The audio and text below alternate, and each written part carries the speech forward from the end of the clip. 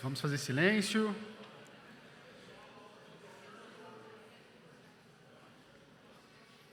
Vamos fazer silêncio.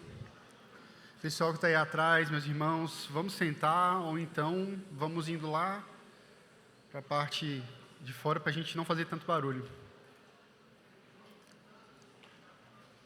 Vamos orar? Senhor nosso Deus, muito obrigado por essa oportunidade que nós temos, Senhor, de aprender mais da Tua Palavra, aprender mais como nós, igreja, exercemos o poder de Cristo aqui na terra e dentro da nossa própria comunidade.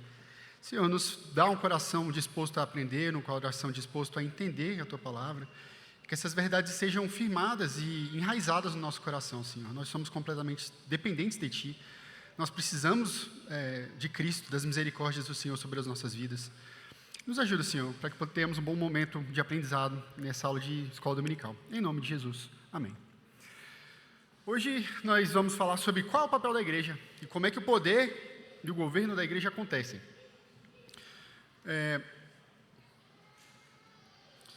Ao longo da história da humanidade, o poder, no meio secular, no meio civil, como o presbítero Jefferson também falou, um pouco dessa distinção na última aula, do que é o governo civil, do que é o governo eclesiástico, como essas esferas de poder são como se fossem planetas orbitando em órbitas concêntricas, mas sem se chocar, e quando elas chocam, dá problema. E o poder, no âmbito civil, ele sempre, ao longo da história da humanidade, foi exercido com uma certa dinâmica. É o mais forte dominando o mais fraco, e o mais forte também usando o mais fraco para obter vantagem segundo os seus próprios interesses.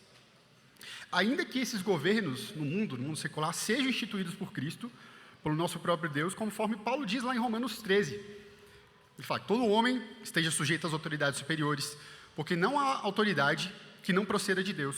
E as autoridades que existem foram por ele instituídas. Então essas autoridades, por mais que sejam corrompidas pelo pecado, por esse mundo caído, elas foram instituídas por Deus e a dinâmica é basicamente a mesma ao longo da história da humanidade. O maior dominando o menor. Impérios, como eu coloquei aqui no desenho, feito pela IA, o Império Babilônico, o Império Romano, e até potências atuais, como Estados Unidos, China, exercem o seu poder seguindo essa mesma dinâmica, seguindo esse mesmo padrão corrompido do ser humano. Esse desejo por dominância, por grandeza, ele já está no coração do ser humano desde a queda, e a gente lida com isso no nosso dia a dia, nossa convivência, inclusive com os nossos governantes na esfera civil. Geralmente, por mais bonitinho que seja o discurso do governante, quando ele chega no poder, a gente sabe o que acontece. As coisas entram nesse padrão repetitivo. Mas Jesus vai nos mostrar que o padrão que a igreja deve seguir, o padrão que um verdadeiro discípulo do Senhor Jesus deve seguir é diferente desse padrão de dominância do maior sobre o menor.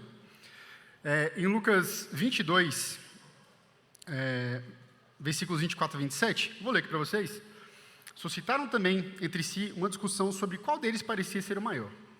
Mas Jesus lhes disse: os reis dos povos dominam sobre eles, e os que exercem autoridade são chamados benfeitores. Mas vós não sois assim. Pelo contrário, o maior entre vós seja como o menor, e aquele que dirige seja como quem serve. Pois qual é o maior? Quem está à mesa ou quem serve? Porventura, não é quem está à mesa? Pois no meio de vós, eu sou como quem serve. O próprio Jesus, o maior, o líder supremo, ele está servindo, está mostrando para os discípulos que aquele que é o maior, ele deve servir. A nossa igreja, a igreja de Cristo no mundo, a igreja visível, não só a nossa denominação, mas ela tem governo e tem poder. Jesus deixou isso bem claro, nós vamos ver com mais detalhes. E a forma que esse governo e esse poder são exercidos, eles são completamente diferentes desse padrão que nós vimos no mundo. Um discípulo de Cristo, ao invés de buscar subjugar para encontrar os seus próprios interesses, ele busca a edificação do corpo de Cristo. Ao invés de dominar, ele serve.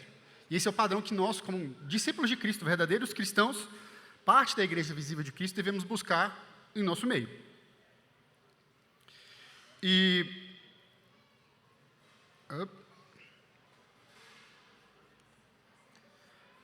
qual é a fonte desse poder da igreja? Qual é a fonte desse governo da igreja? Na Constituição do nosso país, acho que todo mundo aqui, ou pelo menos a maioria das pessoas, deve ter uma ideia de um exemplo de como o poder flui, um exemplo de fonte de poder. No artigo 1º da Constituição está escrito: Todo poder emana do povo, que o exerce por meio de representantes eleitos ou diretamente nos termos dessa Constituição. A Constituição dita as regras, nas quais o povo vai eleger um representante para governar o país, né, por assim dizer. E como isso vai funcionar na esfera da igreja? É da mesma forma que no âmbito civil? A gente democraticamente escolhe nossos líderes, eles, a cada eleição, eles vão guiar a igreja para um rumo completamente diferente, como se fosse esquerda e direita no poder? É assim que acontece? A resposta é não. É um não bem claro. Não funciona assim. O poder da igreja não vem dos seus membros e não vem de nenhuma autoridade ou de nenhuma fonte humana. E a gente não pode, por esse motivo, comparar o poder da igreja com o poder civil dos nossos governos, sejam eles em quais esferas estejam. E 2 textos nos ajudam a entender melhor sobre isso. Em Colossenses 1, 17, versículos 17 e 18, está escrito: Ele é antes de todas as coisas, nele tudo subsiste. Você está falando sobre Cristo. Ele é a cabeça do corpo da igreja. Ele é o princípio, o primogênito de entre os mortos, para em todas as coisas ter a primazia. Aqui nós vemos que Cristo é a cabeça da igreja. Também é uma analogia que Paulo faz em Efésios, capítulo 5, versículos 22 a 24, porque o marido é o cabeça da mulher, como também Cristo é o cabeça da igreja, sendo este mesmo salvador do corpo. Como, porém, a igreja está sujeita a Cristo, assim também as mulheres sejam em tudo submissas ao seu marido. Jesus, o nosso mediador, o cabeça da igreja, é a fonte do poder da igreja. Não é nenhuma autoridade humana, não são os pastores que aqui estão, os bispos, presbíteros ou os diáconos, os oficiais. Não, é o Senhor Jesus. Ele é a única fonte de poder da igreja. E o Senhor Jesus abarca sobre si todos esses ofícios que nós vemos na igreja instituídos hoje em dia, que durarão até a volta do Senhor Jesus também. E os atos da igreja, quando conformados à palavra de Deus, eles mostram sim a vontade de Deus. A gente não tem que ficar se perguntando se estamos seguindo a vontade de Deus ou não. Uma vez que a nossa igreja está disposta a se submeter à palavra do Senhor Jesus, estamos sim fazendo a vontade de Deus. E a Confissão de Fé de Westminster também vai falar no seu capítulo 25, quando trata da igreja, no artigo 1º, a Igreja Católica Universal, que é invisível, consta do número total dos eleitos que já foram, dos que agora são e dos que ainda serão reunidos em um só corpo sob Cristo, seu cabeça. Ela é a esposa, o corpo, a plenitude daquele que cumpre tudo em todas as coisas. E se a gente prestar atenção no texto de Mateus 18, quando Jesus está tratando sobre disciplina da igreja, a forma como essa relação entre o poder da igreja, que emana de Cristo, e como a igreja exerce esse poder, Jesus vai falar algo interessante. Em verdade vos digo que tudo que ligardes na terra terá sido ligado no céu, terá sido, e tudo que desligares na terra terá sido desligado nos céus. O que isso quer dizer? Quer dizer que a igreja, agindo em conformidade com a palavra, como a gente falou, ela tem a sanção do próprio Cristo nas suas ações, no seu ensino. É a vontade de Deus, como nós vimos. Não quer dizer que aquilo que a gente definir aqui, se eu tiver uma ideia mirabolante, eu vou definir alguma coisa aqui na igreja, aí sim, lá no céu vai ser definido da mesma forma. Não, a gente simplesmente, por seguir as Escrituras, por seguir aquilo que o Senhor estipulou, nós estamos simplesmente ecoando o que já foi decidido no céu. Dessa forma, existe essa concordância que o Senhor Jesus está falando aqui. Cristo, sendo a fonte de poder da igreja, como nós vimos, ele investe a igreja com esse poder, com essa autoridade, para que nós ensinemos e hajamos em seu nome. E a recusa em obediência, em acatar esses ensinamentos, é uma recusa à própria palavra de Deus, é uma recusa e é uma desobediência ao nosso Senhor. Mas como acontece esse exercício de poder na nossa igreja? Novamente, a gente recorre à Confissão de Fé de Westminster, no capítulo 30, das censuras eclesiásticas. E aqui a gente tem uma breve explicação do que Jesus está falando ali em Mateus 18. Artigo 1º, o Senhor Jesus, como rei e cabeça da sua igreja, nela instituiu o governo nas mãos dos oficiais dela, governo distinto da magistratura civil. Então, o governo da igreja, ele é instituído nas mãos dos oficiais, como a gente viu, não tem nada a ver, e não pode ter nada a ver com a magistratura civil, o governo secular desse mundo. E a esses oficiais, artigo 2º, são entregues as chaves do reino do céu.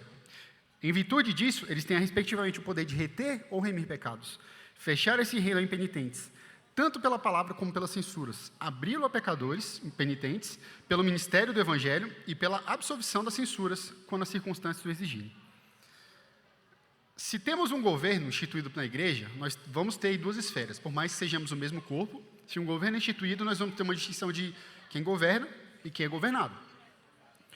Por mais que a fonte de poder que nutra a igreja seja a mesma, tanto para os governantes quanto para os governados, e nessa interação entre os governantes e os governados, o poder da igreja o poder de Cristo na igreja é manifesto de formas diferentes.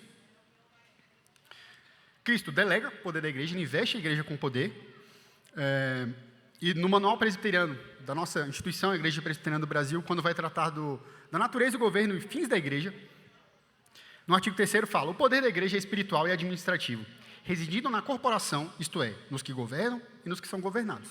Aqui nós vemos essa distinção, essas duas esferas de atuação da igreja, munidas do mesmo poder que vem de Cristo, investidas do mesmo poder que vem de Cristo.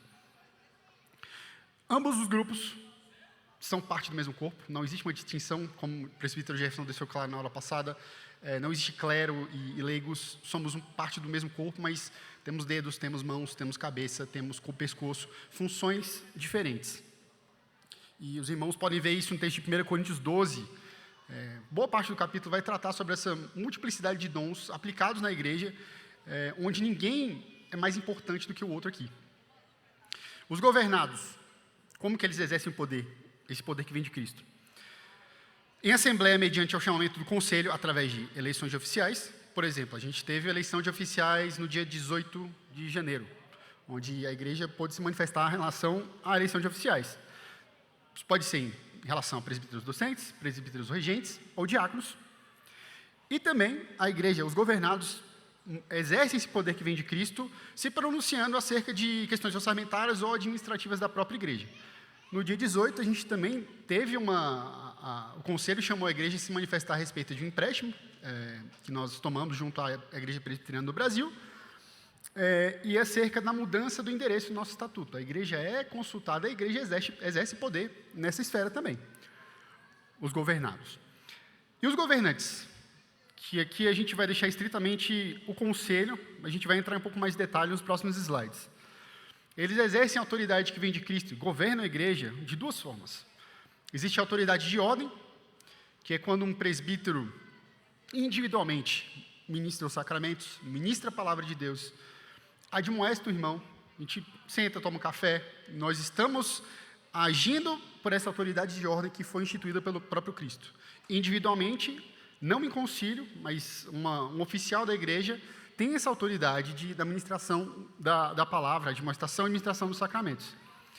E também existe a autoridade de jurisdição, que aí não é simplesmente um oficial sozinho, mas é o colegiado, é um concílio, seja o conselho, seja o presbitério, sínodos da nossa igreja. E em concílio, eles vão agir como tribunais eclesiásticos, vão aplicar a palavra de Deus aos casos que a gente tem em vista na nossa igreja, as demandas que a gente tem visto na nossa igreja para julgar. E como a gente viu em Mateus 18 e na própria Confissão de Fé de Westminster, desligar alguém do corpo de Cristo, não porque eles vão fazer isso, mas porque aquela pessoa já está desligada. A gente simplesmente vai ecoar aqui na terra aquilo que já está decidido no céu. Ou readmitir um pecador penitente, aquela pessoa que se arrependeu dos seus maus caminhos, ela é admitida na igreja visível através desses concílios. Isso não é feito de maneira individual, não existe simplesmente um pastor, um bispo, um presbítero regente ou docente fazendo isso sozinho, isso é feito em colegiado. E como nós sabemos, como eu falei aqui, que os governantes são conselho, como é que nós sabemos que os governantes são conselho? De onde vem essa afirmação? No Manual Presbiteriano, nossa igreja, no capítulo 2, da organização das comunidades locais, onde vai tratar da igreja local, no artigo 4, vai falar: a igreja local é uma comunidade constituída de crentes professos, juntamente com seus filhos e outros menores sob a sua guarda. Nossos filhos são crentes, não professos, mas vocês entendem que nossos filhos fazem parte da comunidade da igreja visível, uma vez que eles são batizados, associados para os fins mencionados no artigo 2º, e com o governo próprio que reside no conselho. Nossa denominação deixa isso bem claro. E no artigo 8º, fala que o governo e a administração de uma igreja local competem ao conselho, que se compõe de pastor ou pastores e dos presbíteros. A igreja, exercendo o poder que vem de Cristo, ela elege esses oficiais, esses pastores, e esses oficiais são eleitos para servir a igreja. Eles não são eleitos para governar a igreja, para se impor à igreja. Eles são eleitos para servir a igreja.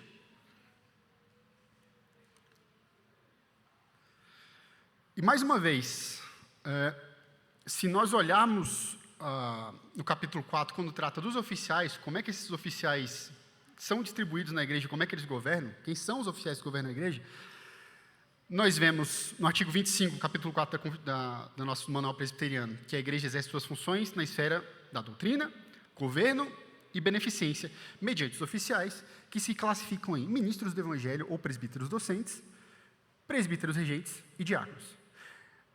Para deixar claro, nós não entendemos que existem 3 ofícios distintos aqui, apesar de que no nosso manual estão elencados 3. O presbítero regente e o presbítero docente fazem parte do mesmo ofício, são o mesmo ofício, o presbítero, só que com funções diferentes. E aqui, o que são o presbítero regente e o presbítero docente? O presbítero regente é aquele que governa e pastoreia o rebanho. O presbítero, essa é a função do presbítero. Mas, dentre os presbíteros, existem presbíteros que têm uma ênfase principal no ministério da palavra e na aplicação dos sacramentos.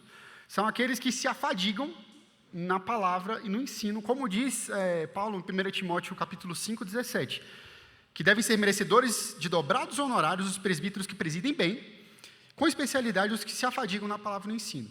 E aqui, para que todos saibam, assim, a nossa situação atual da nossa igreja, quem são os presbíteros regentes e docentes.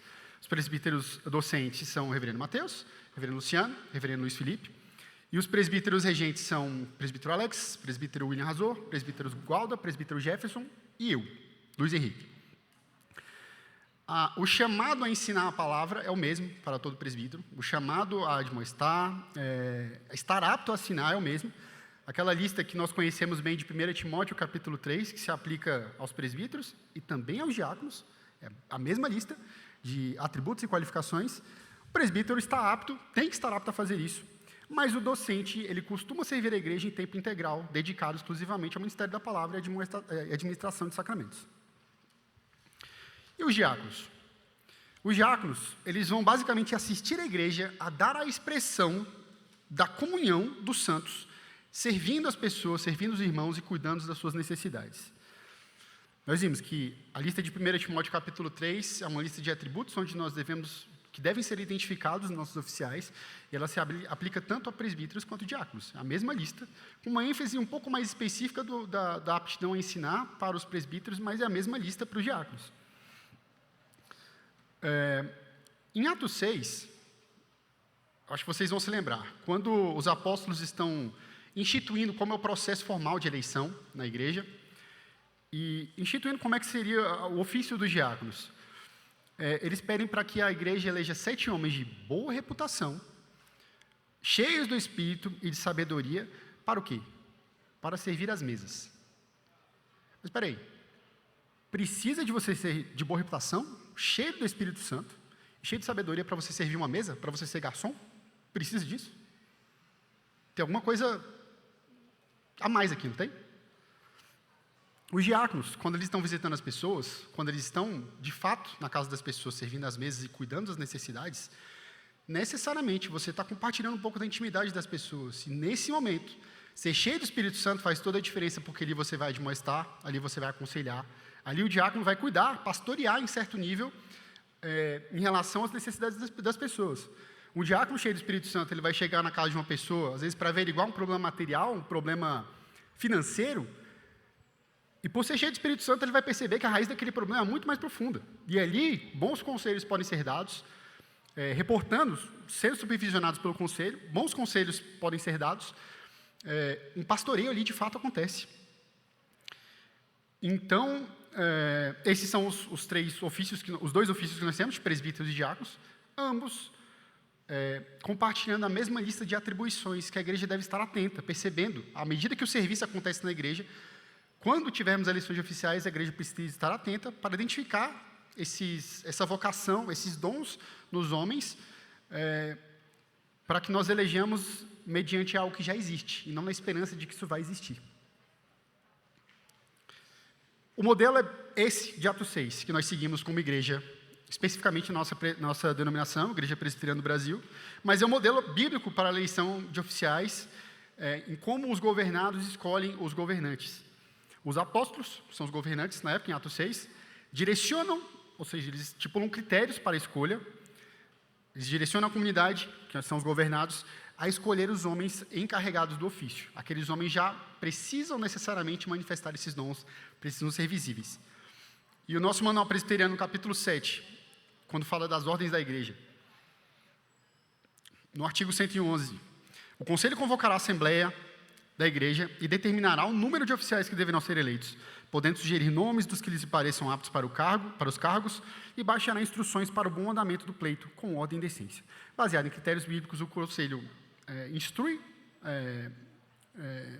dá instruções, baixa instruções de como o pleito vai ser organizado e chama a assembleia para eleger os seus oficiais, que dentro do mesmo corpo, dentro do corpo de Cristo, não é um corpo separado, não são pessoas separadas, mas dentro do mesmo corpo, vão passar a ser responsabilizados por esse ofício de dons que já foram delegados por Cristo, que já são exercidos na igreja, mas agora eles serão responsáveis, de fato, por esse ofício na igreja.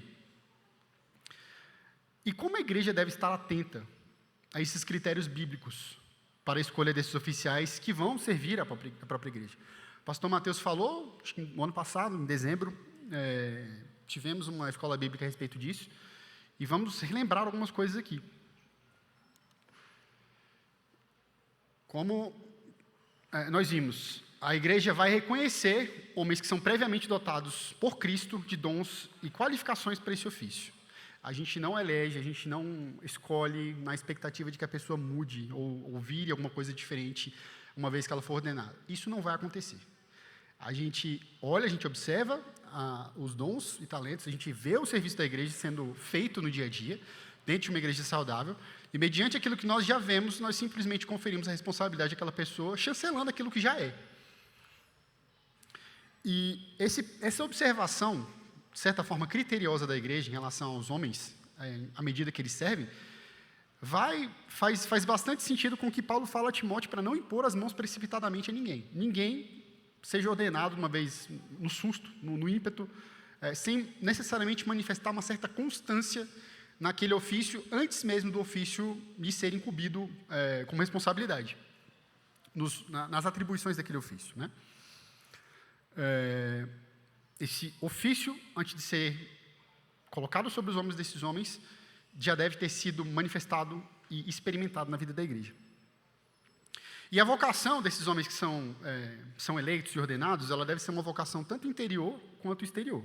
É interior porque Cristo vocaciona, Cristo chama, Cristo, de fato, dota esses homens com os dons, mas ela é exterior porque a igreja precisa confirmar isso. Não adianta nada eu querer, do nada, por exemplo, achar que eu quero ser um reverendo, quero ser um pastor presbítero docente, mas isso não é visto no meu agir, no meu serviço à igreja, isso não é notado, isso não é percebido. Eu simplesmente acordei, tenho essa vontade, acho que Deus me chamou para isso, mas se isso não for manifestado na igreja, na vida da igreja, no dia a dia, e se a igreja não confirmar isso por meio de eleição, tem alguma coisa errada com essa vocação. Pode ser que eu precise refletir mais, eu tenho que refletir mais, eu precise ser aconselhado. Talvez não seja uma vocação, talvez seja um pensamento da minha própria cabeça. E uma vez que esses oficiais são eleitos e ordenados, tanto presbíteros e diáconos, eles não devem lealdade às pessoas que os elegeram. Não é, basicamente, um deputado, uma eleição do Congresso, onde ele tem o seu curral eleitoral e ele vai dever favores o resto do mandato dele para as pessoas que votaram nele, que saíram pedindo voto. Não é assim que funciona o corpo de Cristo. Não é assim que funciona a nossa igreja. Uma vez ordenados, uma vez eleitos e ordenados, os oficiais devem lealdade tão somente a Cristo, pela palavra dele. A lealdade é às Escrituras. Custe o que custar, doa quem doer, porque os oficiais serão cobrados disso se eles se desviarem das Escrituras. É sério. É algo que não pode ser levado na brincadeira, não pode ser levado de qualquer jeito, empurrado com a barriga. Os oficiais devem lealdade única e exclusivamente a Cristo, e eles estão incumbidos de dentro do corpo de Cristo governar a igreja. E esses princípios que nós estamos vendo aqui, eles são os mesmos para eleição de oficiais, como nós já tivemos em janeiro, né? E vamos ter outras eleições ao longo do ano. Eles são os mesmos que nós devemos observar e serão os mesmos princípios que serão aplicados na escolha do nosso futuro pastor efetivo. Novamente, vamos ao manual presbiteriano, no capítulo 7, quando fala das ordens da igreja. No artigo 110, cabe à Assembleia da Igreja Local, quando o respectivo conselho julgar oportuno, o conselho em momento oportuno, vai chamar a eleição, eleger o pastor efetivo, presbíteros e diáconos. As eleições acontecem nesse ritmo. E na aula passada, com o presbítero Jefferson, nós vimos que precisamos observar e avaliar, os critérios, né, que nós precisamos observar e avaliar, para escolhermos o futuro pastor efetivo da nossa igreja. E agora a gente vai dar uma olhadinha no que nós, como igreja, não podemos esperar e não podemos fazer, sob o risco de estarmos indo para um caminho muito ruim, se fizermos assim, ou se quisermos esperar do nosso futuro pastor efetivo tais atributos, tais qualificações. O que a igreja não pode? O que a igreja não deveria fazer? E a gente precisa se policiar para que a gente não esteja nesse espírito. Primeiro, tratar a transição pastoral como um tempo de consumir e de não servir. A gente não pode ter essa mentalidade de cliente, de, eu vou para a igreja, se eu gostar da pregação do pastor, eu fico lá, se não, eu vou para outra igreja, eu caço outra igreja. Nós, na igreja, nós não fomos chamados para ser grama, como o presbítero Cláudio da Videira fala. A gente não foi feito para ser paisagem, para ser a graminha que o vento bate e a gente fica balançando. Não. Nós somos chamados para servir. Esse serviço não pode dar uma pausa, tirar um tempo de férias, um tempo de descanso, enquanto essa transição pastoral acontece. Para aí sim, se eu gostar do que está acontecendo depois, eu volto e volto a servir. Esse não é o espírito de um servo de Jesus, esse não é o espírito de um discípulo de Cristo. Clientela não é o jeito que funciona a igreja. Nós não estamos aqui para consumir, estamos aqui para servir, admoestarmos uns aos outros, cuidarmos uns dos outros, estarmos atentos às necessidades uns dos outros. Outro ponto que a igreja também não pode, não deveria, é tratar a transição pastoral como um pânico ou uma emergência permanente. Calma, fiquem tranquilos. Cristo é o supremo pastor da igreja, ele sempre foi e vai continuar sendo, independentemente do que aconteça aqui. Essa igreja está submetida e submissa às Escrituras, então a gente não precisa de pânico, a gente não precisa de se desesperar. A gente vai sentir saudade do pastor Mateus, mas o pastor da igreja, ele é Jesus. E a gente precisa ter essa convicção para que a gente não entre em pânico e não esmoreçamos diante de qualquer adversidade que a igreja vai enfrentar. E a igreja vai enfrentar inúmeras adversidades enquanto nós estivermos aqui, enquanto o Senhor Jesus não voltar. Está garantido, nós vamos enfrentar adversidades, mas a gente tem que ter bom ânimo, porque o próprio Senhor Jesus, o cabeça da igreja, ele venceu o mundo. A gente também não pode se desligar dos compromissos do culto, oração e comunhão. E a gente percebe, por exemplo, às vezes a gente pode perceber que, quando o pastor não está pregando, eu não vou ao culto, às vezes assisto o culto de casa ou vou para outra igreja. Esse compromisso de frequentar os cultos e ser assíduos aos cultos é um compromisso firmado quando nós nos membramos dessa igreja visível, né? Essa igreja local, e ela não depende, nós não colocamos condicionais de quem está pregando ou não, de quem está à frente da igreja, não. Nós, como parte do corpo de Cristo, membros dessa igreja visível, dessa igreja local, nos comprometemos a isso. E a gente não pode começar a se afastar da vida da comunhão da igreja por conta de uma reação emocional, que ela vai acontecer, a gente realmente vai ficar com saudade, mas essa reação emocional não pode afetar os meus compromissos como membro da igreja e a forma como eu relaciono com os meus irmãos. Isso não pode acontecer. O pastor da igreja, como nós falamos, o pastor da igreja é Cristo, e ele vai continuar sendo Cristo. E os nossos deveres de serviço na igreja, eles não vão parar por aqui. A igreja também não pode virar um tribunal de comparações. O pastor antigo fazia isso, o novo tem que fazer igual. O pastor antigo não fazia isso, o novo tem que fazer diferente. Nós não estamos aqui, de novo, para fazer comparações ou ficar vivendo de nostalgia, de museu. Não, a igreja é viva, o corpo de Cristo é um corpo orgânico e nós precisamos continuar a servir. Quanto mais a igreja servir, quanto mais a igreja estiver realmente concentrada no que ela foi chamada para fazer, menos essas reações emocionais afetarão, menos a gente vai ficar preocupado com o futuro da igreja, porque o futuro da igreja está nas mãos de Cristo. A gente não precisa dessa preocupação. O que a igreja também não pode é tratar o conselho com desconfiança quando decisões forem difíceis. A liderança dessa igreja está submisso a Cristo. Ela segue as Escrituras e decisões difíceis elas vão acontecer. Podem acontecer com muita frequência, com pouca frequência, mas decisões difíceis acontecem. E o conselho, os governantes da igreja, aqueles que estão seguindo a palavra de Cristo, não podem ser olhados pelos governados com desconfiança, como se estivessem agindo segundo seus próprios interesses, tal qual um governo civil. Não é assim que nós vemos que acontece, não é assim que acontece, então não precisa de ter essa desconfiança, não precisa de ter burburinhos ou medos de coisas que podem acontecer nesse sentido. O governo da igreja não se assemelha ao governo civil nesse sentido. Nós não agimos por imposição da nossa própria vontade. O que os governantes da igreja, pelo poder investido de Cristo na igreja, eles querem é a edificação do corpo de Cristo, como o presbítero Jefferson também falou na aula passada. E o que a igreja também não pode é querer um pastor para cada tribo, fragmentar o rebanho. Tem um grupinho que prefere pastor tal, o outro grupinho prefere pastor tal. O governo da igreja e os governantes da igreja não podem, não devem agir nessa interação entre os governantes e os governados por preferência. Essa interação ela visa unicamente a edificação do corpo de Cristo. A preferência, nesse caso, ela tem que ser deixada de lado. Ao invés da minha preferência, eu tenho que olhar o que a Bíblia diz. Eu tenho que estar sujeito, submisso aos princípios bíblicos daquilo que eu estou fazendo, e não às minhas preferências. Preferências, cada um vai ter uma. Eu gosto de um estilo de música diferente do que o presbítero William gosta. A gente vai ter preferências distintas, mas isso jamais pode soterrar os princípios bíblicos do que nós seguimos, daquilo que nós professamos crer. E a nossa doutrina não pode ser baseada em preferências pessoais ou preferências de grupos. A nossa doutrina tem que ser baseada única e exclusivamente na palavra de Deus e no nosso símbolo de fé. E o último ponto, de uma lista resumida, basicamente, de coisas que a gente não pode fazer, mas é uma lista que, se a gente parar para pensar, vai ser maior. A gente não pode terceirizar as coisas para o pastor, que vai chegar, e ficar passivo, simplesmente achar que ele vai resolver todos os problemas. Como nós frisamos, o nosso corpo, o cabeça é Cristo, nós somos um corpo, e esse corpo todo serve. Esse corpo todo se articula. Não é só o presbítero docente efetivo que vai ter essa atribuição.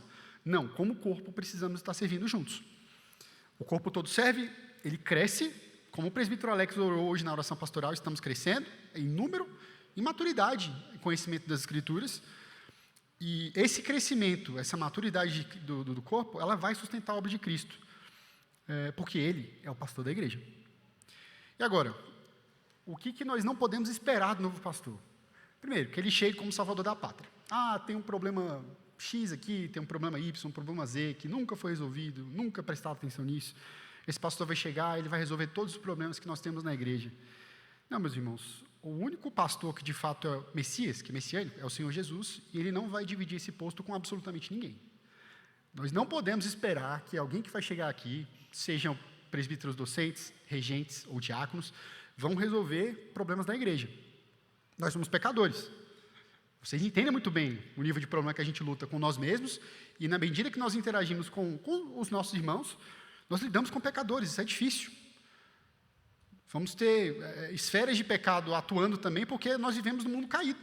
E a gente não consegue simplesmente resolver isso na marra, com uma pessoa chegando aqui, achando que a gente vai colocar nela todo esse fardo de resolver todos os problemas da nossa igreja. Isso não vai acontecer. Nós não podemos esperar também que o novo pastor recomece a igreja do zero. Nós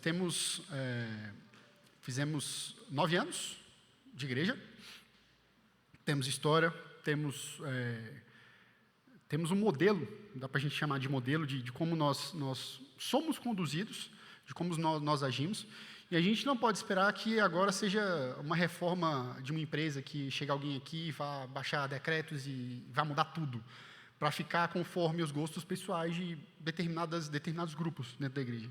Não, a gente não pode esperar isso não pode acontecer.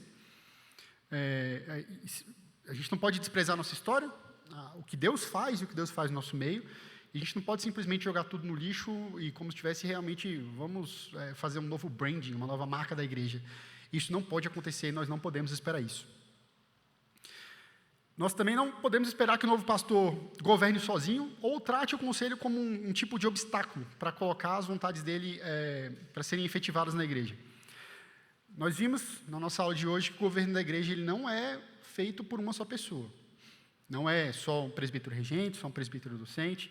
Existem sim maneiras que esse governo é manifestado de forma individual por esses presbíteros, na admoestação, no conselho, na administração dos sacramentos, como nós vimos, mas está restrito aí. O governo da igreja, as decisões que nós tomamos como igreja, ela é feita em concílio. Precisa haver uma ressonância, precisa haver uma convergência doutrinária aonde nós estamos indo. Se nós confessamos a Cristo, que nós utilizamos a Bíblia como nossa única regra de fé e prática, subscrevemos a confissão de fé, os símbolos de fé da nossa igreja, nós temos que andar alinhados com isso. A gente não pode simplesmente ter alguém no meio do conselho que vá completamente para o lado oposto. Diferenças preferenciais, elas podem acontecer, as pessoas são diferentes, mas alinhamento doutrinário é necessário. Nós não podemos esperar que o novo pastor seja só um pregador. Isso reforça ainda mais o sentimento de consumismo, que a gente às vezes pode perceber na nossa igreja. Eu estou indo lá na igreja, eu chego na hora que o culto começa, sento, presto atenção na pregação boa, sou edificado, termino o culto, eu vou correndo para casa porque eu tenho mais o que fazer na segunda-feira. Isso é um sentimento de clientela, isso é um sentimento de consumismo, e a gente não pode agir dessa forma. Não podemos esperar que o novo pastor, ou quem quer que seja, quaisquer um dos nossos ministros que estarão aqui ministrando a palavra, sejam somente pregadores para que eu venha aqui, escute uma boa pregação e vá para casa. Isso está errado. Eu estou agindo de forma errada como o meu próprio chamado a servir na igreja, como membro dessa igreja, como parte do corpo de Cristo. O pastoreio ele não está restrito à pregação. O pastoreio tem várias esferas e a gente não pode reduzir o pastoreio, do pastor efetivo ou de qualquer um dos nossos pastores, a simplesmente oratória e carisma do momento que acontece, que se inicia a pregação e a pregação termina. Outra coisa que também nós não podemos esperar do nosso pastor, e isso não só do nosso pastor, mas dos nossos oficiais, de uma forma geral. São princípios estabelecidos também no texto de 1 Timóteo, capítulo 3, e Tito, capítulo 1. O pastor não pode ser um pastor sem casa, o nosso novo pastor. Não pode ser um bom pastor para com as ovelhas, para com nós, o corpo de Cristo, mas a casa ser uma baderna, uma zona. Isso não pode ser assim. Até porque nós somos chamados a observar primeiramente a casa desse oficial que nós vamos eleger, para aí sim nós percebemos, é um critério bíblico isso aqui. Se ele está realmente coordenando e governando bem a sua própria casa, ele pode sim governar bem a própria igreja de Cristo. Se a casa é uma bagunça, sob a desculpa de que o ministério é muito corrido, a agenda é muito pesada, a ponto de bagunçar tudo, sua vida devocional e a vida devocional da sua própria família, isso é um sinal de alerta, e nós não podemos esperar isso. E nós também não podemos esperar que o novo pastor chegue aqui achando que todos os problemas da igreja são simples de serem resolvidos e com pequenas ações pontuais, tudo vai ser resolvido, vai ser melhorado, tudo vai ser mudado, aquele realmente espírito de vamos fazer uma nova empresa, digamos assim. Nós não podemos esperar isso. Nós não podemos pensar dessa forma. Como a gente falou, nós estamos lidando com pecadores. Os problemas não são simples. E arrependimento não necessariamente vai acontecer estalando os dedos. Às vezes a gente vai conversar 1, 2, 3, vamos aconselhar 4, 5 vezes.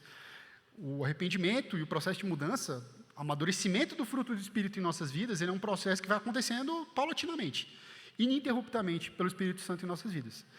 Ninguém chega na igreja de Cristo, na igreja local, estala os dedos e as coisas mudam, pecados que já são tratados há anos simplesmente acabam. Isso não vai acontecer e nós não podemos esperar que isso aconteça como se fosse um poder realmente messiânico do futuro pastor.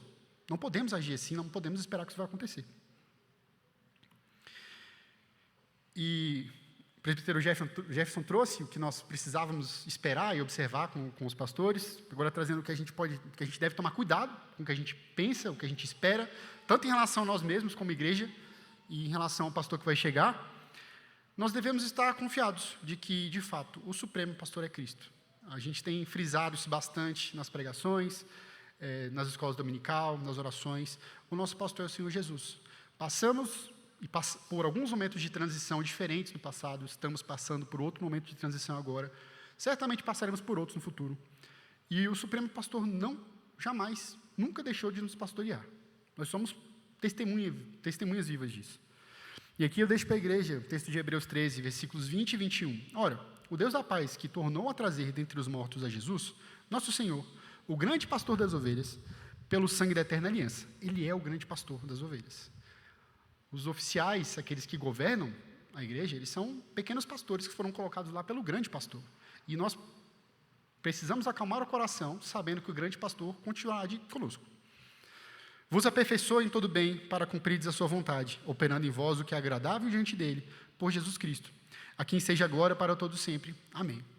Que o Senhor Jesus possa nos aperfeiçoar, que Ele possa nos trazer a maturidade, que tenhamos um coração ensinável, disposto a entender, um coração disposto a orar, que nós oremos para esse processo, que nós pensemos, meditemos, busquemos como igreja, tanto como governantes e como governados, estarmos alinhados, submissos ao que as Escrituras dizem a respeito de como esse processo é feito.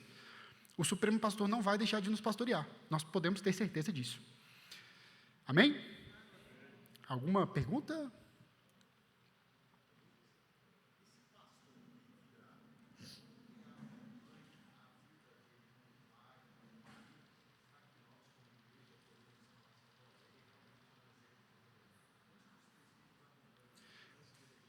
Presbítero Alex, o senhor quer responder essa pergunta? Ele é o presidente da comissão, né? Então acho que ele vai saber responder isso melhor.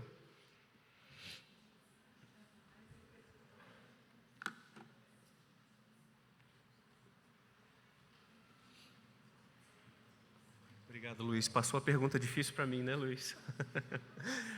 Eduardo, essa é uma pergunta extremamente difícil, porque, por exemplo, nem no nosso meio nós conseguimos ter noção plena de todo o exercício. Sim. Não sei se todos ouviram a pergunta. Não? Tá. Então vou repetir aqui. O Eduardo perguntou como nós conseguimos testemunhar as evidências de que ele é um bom pastor em casa. Foi isso, né, Eduardo? Com a esposa, com os filhos, como ele cuida bem da sua casa, né? O que eu comentei, a gente tem evidências daquilo que a gente percebe principalmente pelo testemunho, né?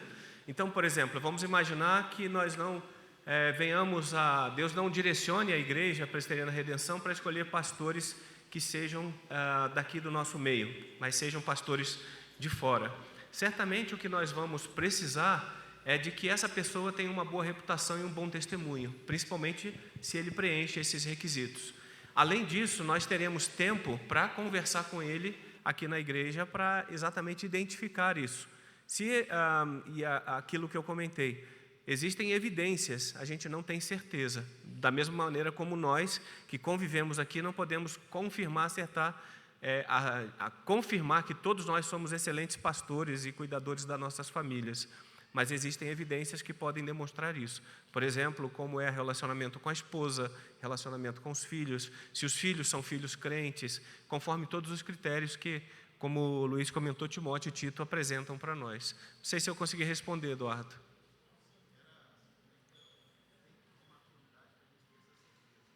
Sim. Perfeito. Eu acho que em algum grau, Eduardo, nós não vamos ter certeza absoluta. Por esses fatos, a gente não consegue adentrar na vida familiar, a não ser que nós vivêssemos 24 horas com a família. Em algum grau, com todos os direcionadores que o Senhor nos mostrar, em algum grau nós precisaremos crer que a resposta desse futuro pastor será nesse sentido, e caso isso não aconteça, graças a Deus pelo nosso governo coletivo, pelo conselho, nós teremos condições de avaliá-lo, né? Então, não existe um estágio probatório, como acontece no serviço público, mas ele vai estar sendo observado, né? Ou seja, hoje o que nós temos com os nossos 3 pastores, reverendo Mateus, reverendo Luciano e reverendo Luiz Felipe, isso passa pela percepção da igreja. A igreja foi visitada ou visitou, a igreja teve um relacionamento com ele, o que acaba fazendo com que haja o aprofundamento dessa identificação, inclusive dessas evidências de que ele vive plenamente ali o que diz a palavra de Deus. Oi, William. Agora eu devolvo para o Luiz.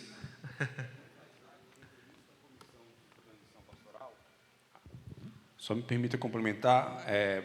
É bom enfatizar que o comprometimento da Comissão de Transição Pastoral faseou muito bem as etapas que iremos trabalhar. Então, podemos garantir com toda honestidade de coração que nós não temos nenhum nome ainda que estamos trabalhando ou fazendo esse trabalho de monitoramento, porque entendemos que devemos trabalhar por fases, né? E iremos iniciar esse tipo de averiguação, esse tipo de sondagem no momento apropriado. Então, no momento, nós não temos nenhum nome fora daqui que nós estamos fazendo essa avaliação desse nível de detalhe ainda. Alguma pergunta a mais, irmãos? Devolvo a palavra para o presbítero Luiz. Já passamos do horário? Não temos mais pergunta, né? Então, vamos orar para a gente encerrar e logo mais estejamos reunidos para cultuarmos no culto vespertino. Senhor Deus, te agradecemos por essa oportunidade de aprendermos um pouco mais da tua palavra, de como nós, como igreja local, dentro da nossa denominação, escolhemos, podemos escolher, temos que estar atentos na escolha dos nossos oficiais, que o Senhor possa nos dar um coração realmente ensinável, um coração admoestável, um coração manso e humilde diante da tua palavra, que possamos acatar os teus ensinamentos e que o Senhor continue a glorificar o teu nome, que Cristo continue sendo glorificado como supremo pastor da igreja, através da vida e das ações da igreja, que possamos continuar ensinando com fidelidade a palavra, agindo com fidelidade a palavra, sempre atento aos necessitados ao nosso redor, cuidando, tanto como presbíteros, diáconos, que possamos nos esmerar, Senhor, para que a tua vontade em nossas vidas seja feita, do que a tua palavra estipula para que assim seja. Em nome de Jesus, nos despede em paz. Amém.